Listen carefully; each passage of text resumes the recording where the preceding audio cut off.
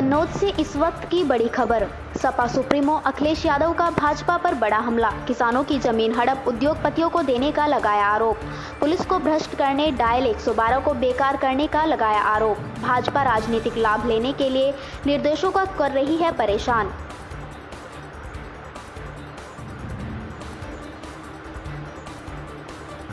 अखिलेश, हम भगवानों को पूजे या भाजपा को, दिक्कत क्यों?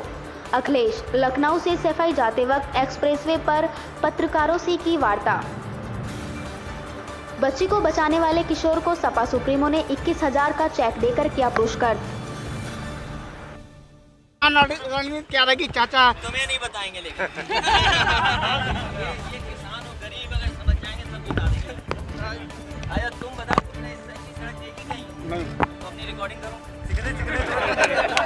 सब भगवान हैं, भगवान विष्णु हमारे, भगवान कृष्ण हमारे, भगवान राम हमारे, और जितने भी भगवान विष्णु के अवतार हैं वो सब हमारे। इसमें भारतीय जनता पार्टी को क्या तकलीफ है?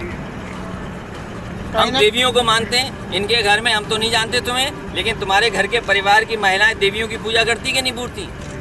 अभी नवरात्र आएंगे, सब देवियों की पूजा होगी कि नहीं होगी? तो भारतीय जनता पार्टी की हैं देवियां क्या? ये हमारी और सबकी हैं। भैया लखीमपुर में एक बच्ची पा रहे हैं जी इनके विधायक, आम जनता सब परेशान है, अस्पतालों में दवाई नहीं है। यही मेडिकल कॉलेज अगर सही तरीके से चल जाता तो बताओ यहाँ पर गरीबों का इलाज हो जाता कि नहीं होता? कोविड क्या बहाना है? इलाज तो होना नहीं है, ये तो गरीब जनता का इलाज होना है। कोविड में आप बताइए, पैरामेडिकल बंद, नर्सिंग हॉस्पिटल बंद, इन बच्चों को ट्रेनिंग के बाद नौकरी मिल जाती। 500 बच्चे हर साल निकलते, 1000 बच्चों को नौकरी मिलती। अब क्या बचा है भैया? ऐसे भी बहुत से केस आ रहे हैं जिस हुआ।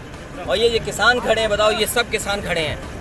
ये मंडी बन जाती तो इनकी आय दोगुनी हो जाती, इनको लाभ मिल जाता। जी 3 साल से मंडी पड़ी हुई है और फिर इनकी आय दोगुनी हुई थी। इनकी भारतीय जनता पार्टी की नज़र है किसानों की ज़मीन पर। मैं आज कहता हूँ, किसानों, तुम्हारी ज़मीन ले लेंगे बड़े बड़े उद्योगपति हो, वो पैदा करेंगे, वो जो चाहते हैं वो पैदा करेंगे। और बाजार के ऊपर छोड़ दिया आपने किसान को। अगर बाजार पे छोड़ दिया किसानों को तो किसान को लाभ कभी नहीं हो सकता। ये सरकार की जिम्मेदारी है कि किसान को लाभ पहुंचाएं। तभी तो याद कीजिए, यहीं गुरसाईगंज में प्रधानमंत्री जी क्या कह के गए थे कि आपकी आय दोगुनी हो जाएगी, किसान तुम्हारा कर्ज माफ हो जाएगा। बताओ, कर्ज पे फिर डूब जाएंगे ये लोग। इसलिए जो सुविधाएं किसानों को हम दे रहे थे, यही 60, 70, 100 एकड़ की मंडी बन गई होती, यही जो किसानों से पैदा होता फूल उसका इत्र बन जाता। अब किसान भाइयों और कन्नौज भाइयों, आप सोचो, यही एक्सप्रेसवे बलिया और गाजीपुर तक जाना था, अब रह गया। चले जाए। इसलिए आप सोचो, जात और धर्म के ऊपर वोट डालिए। भैया परशुराम मूर्ति पे भाजपा और बसपा में इतना मतलब की सरकार थी जो जिस समय भी प्रदेश में जो भी साहसी कार्य या उत्कृष्ट काम करता था उसकी मदद सरकार से होती थी। और कई बार सरकार ने 5-5 लाख रुपए भी उन बच्चों को दिए, उन बेटियों को दिए। मुझे याद है, एक दूध बेचने जा रहा था बाजार में मिर्जापुर का, उसने देखा कि नाव से बच्चे गिर पड़े, नाव पलट गई है, उसने दूध छोड़ करके उन सब बच्चों को बचाया। इस तरह बलिया में फॉरेस्ट डिपार्टमेंट मगरमच्छ गांव में नहीं पकड़ पाया। समाजवादी सरकार थी, गांव के बच्चों ने मिलकर के मगरमच्छ पकड़ लिया और सरकार ने उनकी मदद की, सम्मान किया। इसी तरह रानी लक्ष्मीबाई योजना थी, उससे तमाम बेटियों की मदद करते थे। अब मदद दूर, छीनने को तैयार है। डीजल कितना महंगा हो गया? बहुत महंगा हो गया। मिल पा रही कि नहीं मिल पा रही? कीटनाशक दवाइयाँ, आय दुखद है, बहुत दुखद इस बात की कि लगातार भारतीय जनता पार्टी की सरकार में घटनाएं हो रही हैं। एक के बाद एक दर्दनाक घटनाएं सुनने को मिल रही हैं।